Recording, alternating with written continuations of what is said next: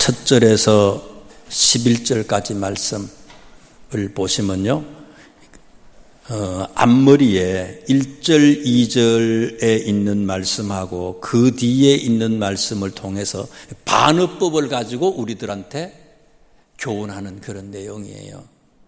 보세요. 1절, 2절. 이틀이 지나면 유월절과 무교절이라 대제사장들과 서기관들이 예수를 흉계로 잡아 죽일 방도를 구하며, 2절은 그냥 생략하고요. 대제사장, 서기관 이런 사람들이 예수님을 잡아 죽이려고 했다는 거예요. 예수님뿐만이 아니라 많은 사람들이 예수님을 잡아 죽이려고 했다는 거예요. 자, 그런데 많은 사람들이, 권력자들이, 힘 있는 사람들이, 믿었던 사람들이 예수님을 잡아 죽이려고 하는데, 그럼에도 불구하고 그 뒤에 나오는 3절부터 나오는 이 사람들이 소개가 돼요. 이 사람들 때문에 예수님은 기뻐하셨고 흐뭇해하셨다 이거예요. 그러면서 오늘 우리들에게 주시는 말씀이 뭡니까? 성도들이 어떻게 살아야 할 거냐? 권사님, 장로님, 목회자, 그 사람들이 아니라는 거예요. 뒤에 나오는 사람들은요, 직분도 없어요. 굉장히 초신자인지도 몰라요. 기쁨의 사람이 되라는 거예요. 그러면 예수님의 기쁨이 된 그런 사람들이 어떤 사람이냐? 그걸 한번 보자고요. 먼저 3절 말씀해 보니까 예수께서 베다니 나병 환자 시몬의 집에서 식사하실 때에 제일 첫 번째 나오는 사람이 누굽니까? 시몬이라고 하는 사람. 여기 시몬, 나병 환자 시몬의 집 이러잖아요. 나병 환자 시몬이라 그러니까 이 사람 다른 이름이 뭔지 혹시 아세요? 나사로, 그죠? 나사로. 아시겠어요? 요한복음에도 나오고요, 마태복음에도 나오고요. 나사로는 사람 있잖아요. 죽었다가 살아난 사람. 나사로를 지금 얘기하는 거예요. 예수께서 베다니 나병 환자 시몬의 집에서, 도대체 시몬이라고 하는 사람, 나사로라고 하는 사람이 도대체 어떤 사람일까?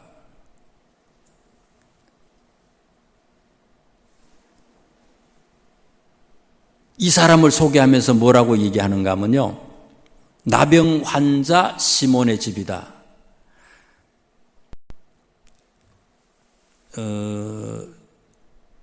시제상 이건 조금 자세히 표준세 번역에서는 시제를 분명하게 번역을 했는데, 그 뭐라고 번역을 했는가 하면요, 나병 환자였던 시몬이라고 그렇게 소개를 했어요. 나병으로 고생하던 환자 시몬의 집, 이렇게 번역을 했어요. 과거에 나병으로 고생을 했던 사람이라는 거예요, 이 사람이요.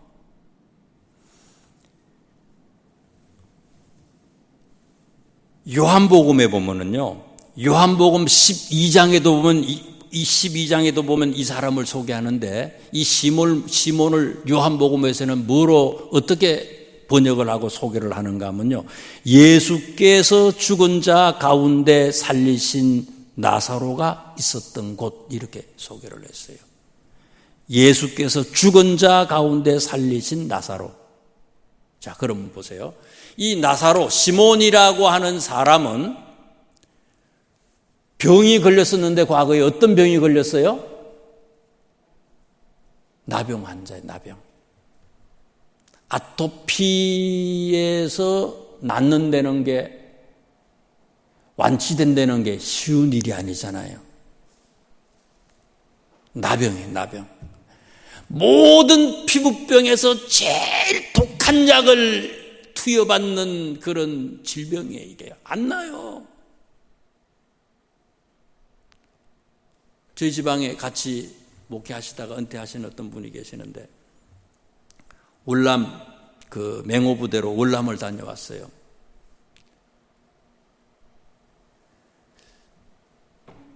그래서 그런지 몸에 피부병이 굉장히 많아요. 막 그냥 거의 매일 이 가려워서 자기 죽는다는 거예요, 이게요.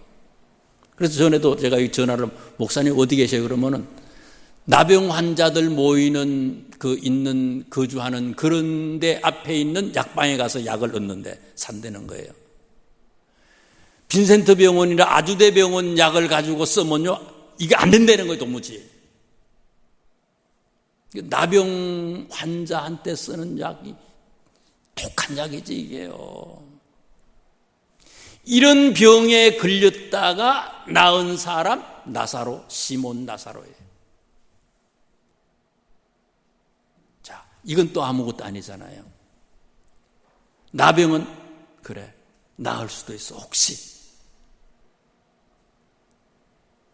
어떤 사람이라고 요한복음 12장 1절에 보니까 예수께서 죽은 자 가운데 살리신 나사로가 있던 곳이다. 죽었다가 살아났다는 거 아닙니까, 이게요? 이게 가능해요? 사실은 이거는 이제 이 일이 있고 난 뒤에 나중에 예수님께서 부활하는 그런 걸 미리 이제 우리한테 얘기해 주기 위해서 이게 이런 일이 있는 건데, 죽은 자 가운데서 살아났다, 나사로가. 나사로라고 하는 사람은요, 엄청 큰 경험들을 했어요. 나을 수 없는 병도 나은 그런 경험이 있고요.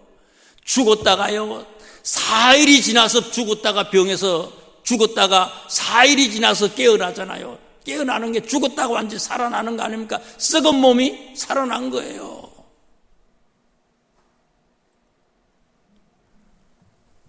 그래서 요한복음에 특별히 보면 요한복음 12장 11절에 보니까 나사로를 이렇게 얘기했어요, 예수님이요. 성경은 나사로 때문에 많은 유대인이 가서 예수를 믿었다, 이렇게 소개했어요. 나사로라고 하는 사람의 집에서 뭐를 했다고요? 식사를 했다고 그랬어요. 나사로라고 하는 사람 집에서 식사를 하는데 예수님이 굉장히 기쁜 마음으로 이 집에 가서 식사를 했을 것 같아요. 나사로가 초청을 했든지 아니면 예수님이 가고 싶어서 가셨든지 초청을 했든지 하여튼 받으셨든지 가셨든지, 대제사장 서기관 진짜 예수님을 영접해야 할 사람들은 예수님을 배척하는데, 이 사람의 특징은요, 신앙적인 경험이 있는 거예요. 신앙적인 경험이 있는 거예요. 수십 년을 교회 다녔는데 거의 평생을 예수님 믿었는데 경험이라고 하는 게 없어. 간증거리가 없어. 너 왜 예수님 믿었느냐? 예수 믿은 증거가 없어. 병에서 치유함을 받았고 죽었다가 살아났던 이런 엄청난 체험을 했던 사람이, 이 사람은요. 나는 과연 어떤 체험이 있을까?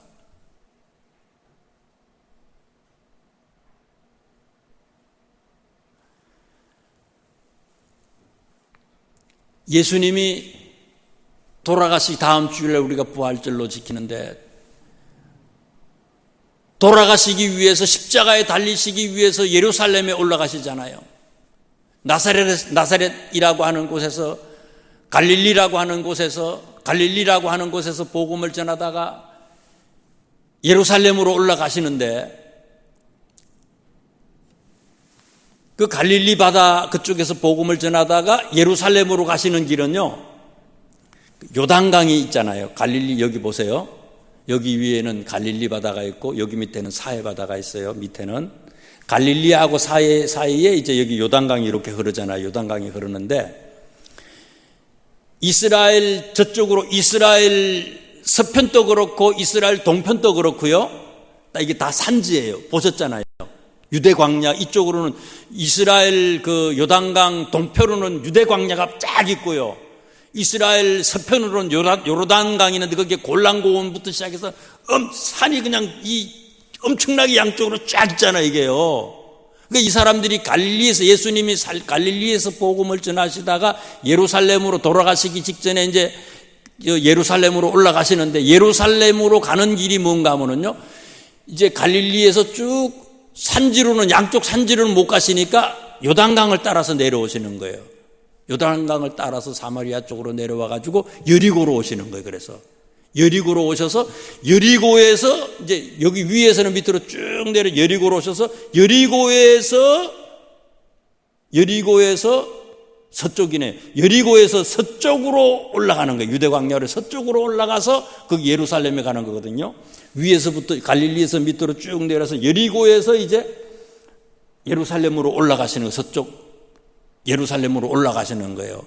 올라가시는데 예루살렘 거의 가시기 직전 한 3km 정도 전에 위치한 곳이 뭔가 하면 베단이라고 하는 곳이에요. 여기가 베다니는 갈릴리 사람들이 예루살렘 가기 위해서 이 여리고를 거쳐서 예루살렘으로 오는 그런 길목에 자리 잡고 있어요. 이게요. 거의 예루살렘 부근에 그 인근에 있어요. 여기요. 버스 타면 제가 봤더니요, 이 베다니에서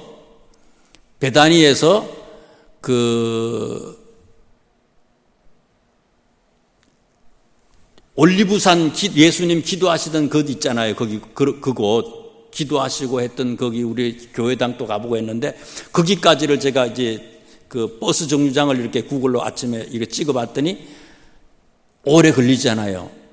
한 10분 이내로 가는 것 같더라고요. 이게요. 가까운 곳이 이게요. 2-3km밖에 안 떨어졌어요. 이게요.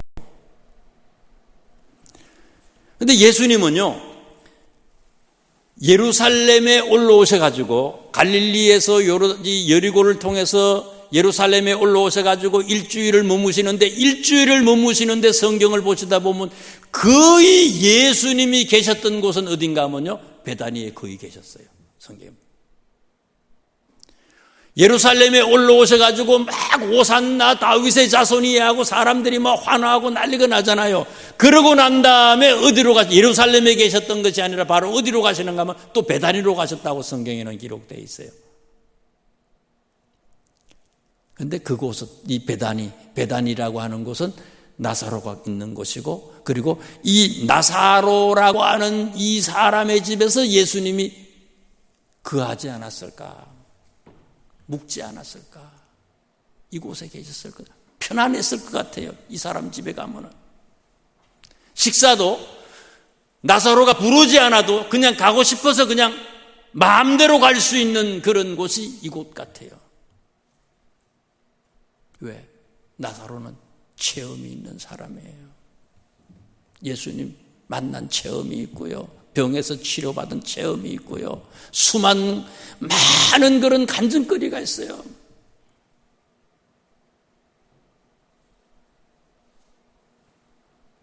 예수님 믿는다는 거, 배척하고 흉계를 꾸미고 죽이려고 했던 이런 사람들, 또 다른 이 나사로처럼 그냥 예수님이 우리 집에 얼마든지 언제든지 오시고 싶을 때 마음대로 오실 수 있는 그런 성도의 모습이 돼야 될 텐데, 요즘 어떻습니까? 신방도 못 가잖아요. 코로나 때문에 그런 건 아니고요, 요즘 시대는요, 신방도 마음대로 못 가요. 전에 시골에서도 보면 우리 목사님은요, 시골에 살 때도 보면 오다가다 목사님이 왔다 갔다, 집에도 그냥 아무 때라도 오시고 들어가시고 뭐 옛날에는 다 그랬어요.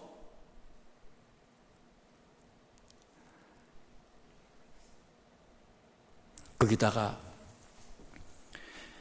나사로 때문에 많은 유대인이 가서 예수를 믿었다. 자기 혼자 체험하고 자기 혼자 은혜 받은 거 이걸로 끝난 사람이 아니라는 거. 이 요한복음 12장 11절에 보니까 나사로라고 하는 사람은 어떤 사람은 내가 은혜 받고 내가 체험이 있어요, 이런 경험이 있어요, 이거 가지고 많은 사람들에게 예수님을 전해가지고 많은 주변에 많은 사람들이 예수님을 믿었다는 거예요. 나만 은혜가 있는 사람이 아니라는 거예요. 내가 체험이 있고 경험이 있고 은혜를 받아서 내 주변에 있는 사람은 모조리 다 예수 믿게 만드는 그런 사람이 나사로라고 하는 사람이고, 이게 주님의 기쁨이었다는 거예요. 이게요.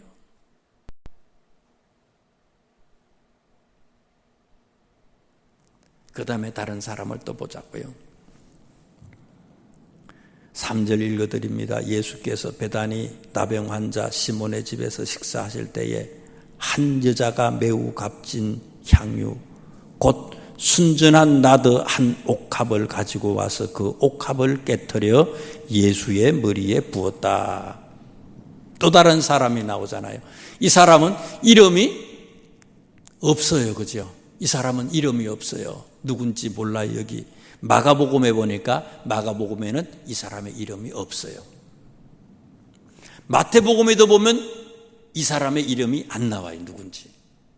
그런데 요한복음에는 보면 이 사람의 이름은 마리아라고 소개를 해요. 마리아라고 소개를 해요.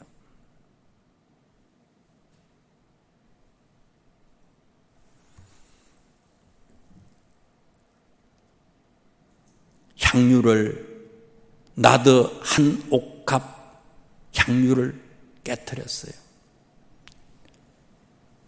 옥합이 뭐예요? 옥합이 뭐죠? 옥으로 되어 있는 항아리라는 거예요. 옥으로 되어 있는 항아리라는 거예요.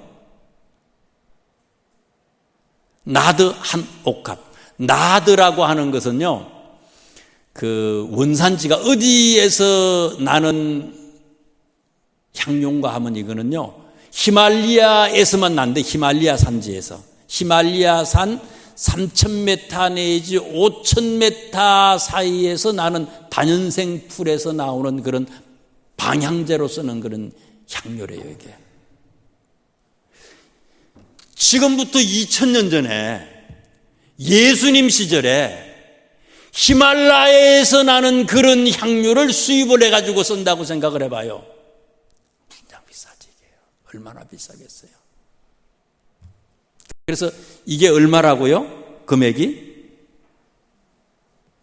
300데나리온 이상이래. 300데나리온 이상이다. 300데나리온 이상이다. 한 데나리온이 노동자 하루의 품삯이에요. 하루 10만 원 잡고 계산하기 쉽게요. 10만 원 번다고 생각하고 300데나리온 같으면 얼마입니까? 3천만 원. 3천만 원이에요. 3천만 원. 여기 돈이 3천만 원이 있고요. 여자분들이 쓰는 귀히 쓰는 화장품이 여기 있는데 그 화장품 가격이 3천만 원짜리야. 화장품이라 그러면 이 도대체 이해가 안 되니까. 자, 여기 돈 3천만 원이 있고 여기에 텔레비서 보는 어떤 사람이 들고 있는 가방 하나가 3천만 원짜리가 있다 생각을 해보세요. 이게 돈 3천만 원하고 3천만 원짜리 가방하고 어떤 게 더 귀해요? 이분에게 있어서는요, 돈 3천만 원보다도요, 3천만 원 가방 있는 사람은요, 이게 신주단지지 아니겠어요, 이게요? 돈보다 더 귀한 거예요. 돈 3천만 원보다 더 귀한 거예요, 이거는. 돈으로 환산할 수 없어, 이 3천만 원짜리 가방은. 근데 향유가 3천만 원짜리야. 저는 이것을 보면서, 그래서 학자들은요, 이 나사로, 그리고 이 마리아, 이 사람들의 이 베다니에 살고 있었던 이 사람의 집은 굉장히 부유했을 것이다. 그렇게 추정을 합니다. 아무튼 엄청나게 비싼 거예요. 3천만 원이나 되는 그런 향유인데 옥합, 그걸 옥합 속에다 담아놨어요. 그 옥합은 얼마나 될까? 제 생각에 옥반지, 우리나라 옥이 이제 안 나옵니다. 전에 춘천 있는데 그쪽에서 옥이 나오다 거의 우리나라 옥은 이제 다 중국에서 거의 다 나오거든요. 몸에 좋다고 사람들이 옥반지 엄청 썼잖아요. 옛날에요. 어르신들. 옥 비싸요. 요만한 옥도 비쌉니다. 진짜 옥은 비싸요. 옥으로 만든 항아리 얼마나 하겠어요? 옥 항아리만 해도 수백만 원 될 것 같아요. 이게요. 그걸 깨트려 가지고 그 향료를 예수님에게 부었어요.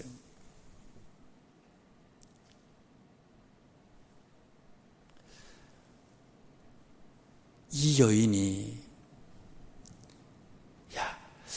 이렇게 이 비싼 것을, 귀한 것을 예수님에게 드리는데, 만약에 예수님께서 3천만 원짜리 가져와, 이렇게 해서 가져왔다고 생각을 해보세요. 그러면 예수님이 이단되는 거죠. 가져왔을까? 모르겠어요. 별별 사람 다 했으니까 요즘에는. 근데 여기 성경에 보세요. 8절에 있는 말씀을 보세요. 그는, 예수님이 얘기합니다. 그는 힘을 다하여, 최선을 다했다. 그는 힘을 다하여 3천만 원이 아니라 5천만 원짜리도 할 수 있었다는 거예요. 그는 힘을 다하여 내 몸에 향유를 부어 내 장례를 미리 준비한 거다.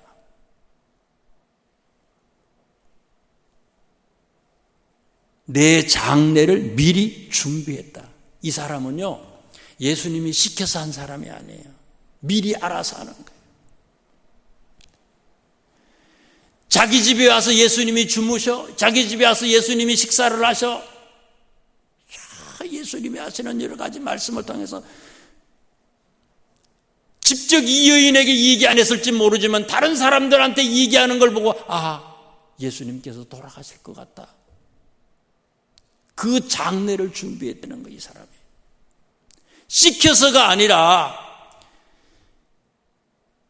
영적인 통찰력이 있는 거예요. 이 여인한테는요, 영적인 통찰력이. 우리는 시켜야지 일을 하잖아요. 얘기 안 하면 모르잖아요. 근데 이 여인은 안 시켜도 이때가 어느 때인지 7절에 있는 말씀도 보면 때를 잘 분별하는 거예요. 그리고 영적인 통찰력이 있어서 자기 스스로 자원해서 하나님의 일을 하는 사람이었다는 거예요. 그리고 최선을 다해서, 적당히가 아니라 최선을 다하는 거예요. 힘써 최선을 다하는 거예요. 이게 주님의 기쁨이었다는 거예요. 많은 것이 아닐지라도 작은 것이지만 자기의 전체를 들였던 그 엽전, 동전, 2렙돈을 들였던 그 과부 있잖아요. 그 최선을 다하는 그런 마음으로 미리 준비했던 이 영적인 통찰력이 있었던 이 사람, 오늘 우리들은 어떨까?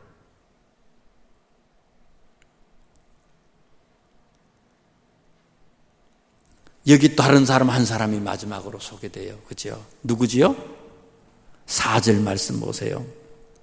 어떤 사람이 화를 내고 어떤 사람이 화를 내요.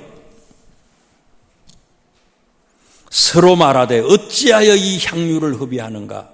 이 향유를 300데나리온 이상에 팔아 가난한 자들에게 줄 수 있었겠도다 하며 그 여자를 책망하는지라. 요한복음 12장에 보면 이 사람을 누구라고 소개하는가 하면요, 누구겠어요? 가롯 유다예요. 가롯 유다. 가롯 유다예요. 예수님의 제자예요. 예수님의 제자인데 엉뚱한 얘기를 하는 거예요, 지금요. 그런데 말은 번지르 하잖아요, 그죠? 이거 팔아가지고 가난한 사람한테 주는 게 좋지요, 이게.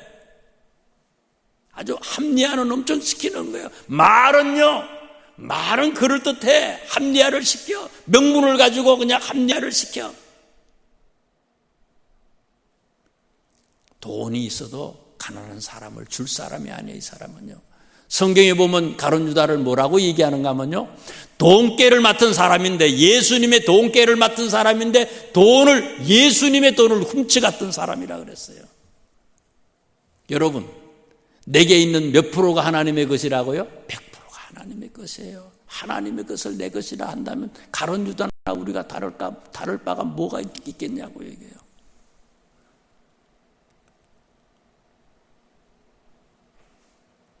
그래서 그 유명한 신학자 중에 폴 틸리라고 하는 분이 계시는데 그 폴 틸리는 이 말씀을 이렇게 주의하면서요. 거룩한 낭비다 이랬어요. 거룩한 낭비. 이 여인이 한 행위를 거룩한 낭비라고 얘기를 해요. 하나님의 사람들은, 성도들은 거룩한 낭비를 할 수 있어야 된다는 거예요. 이게 낭비가 아니라는 거예요. 낭비가 아니라는 말을 하기 위해서 거룩한 낭비라고 얘기를 해요.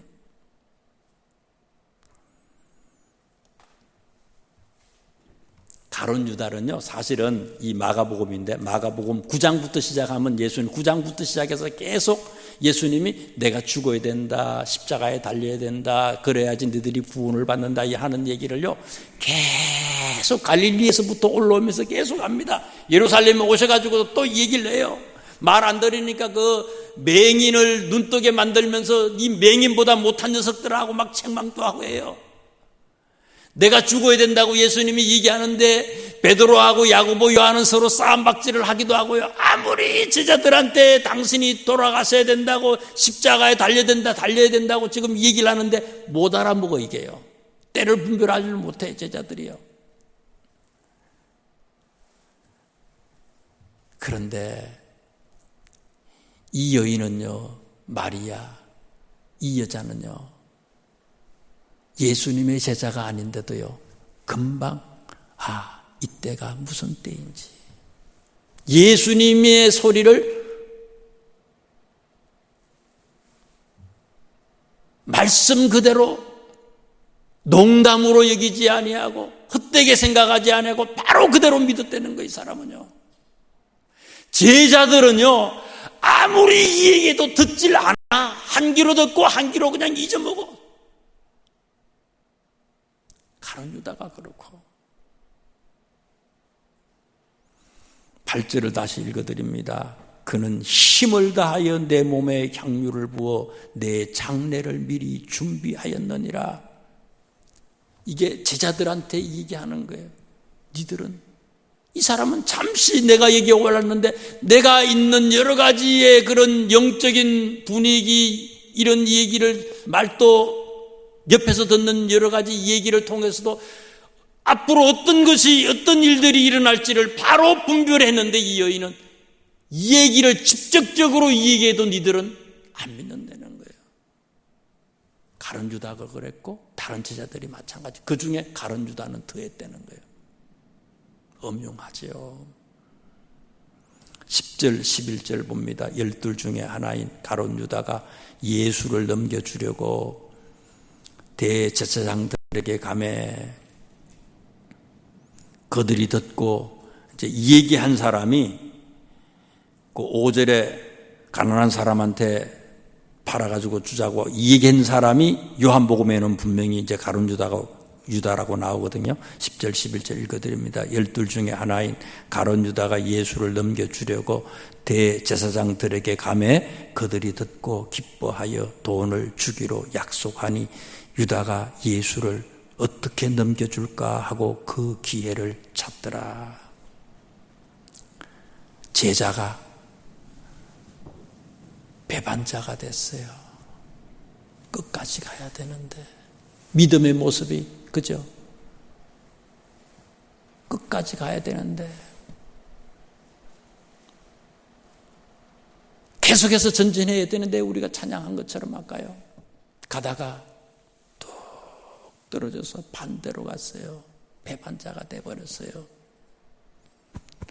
우리도 가룟유다가 될 수 있다는 거예요.